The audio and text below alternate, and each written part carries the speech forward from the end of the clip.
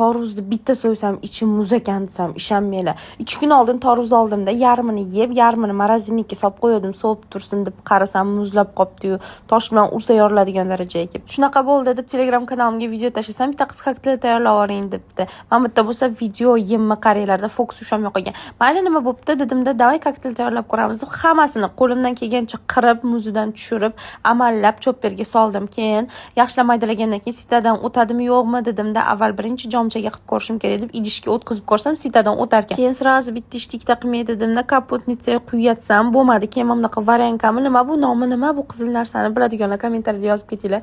Shuni qo'yib, ustiga sitani qo'yib turib, amallab o'tkazdim. Pavidolosni отдельный idishga qildimda, estetichniroq video olay deb stol ustini rosa artdim. Keyin bitta stakan olib qo'yib, "Yo'q, to'xtanglar, chiroylirog'iga quyay" dedimda, shu stakanni oldim va sirazi men bu tayyorlagan kokteylimni quydim. Bilmadim achib qolganmi yo'qmi, lekin muzdalik uchun menga bilinmadi.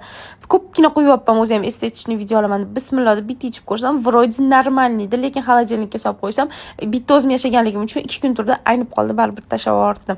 O'rtalasizlar ham shunaqamisiz? Bitta ish qilsalaring 200 ta idish bo'lib ketadimi? Kimda shunaqa kommentariyada yozib ketinglar.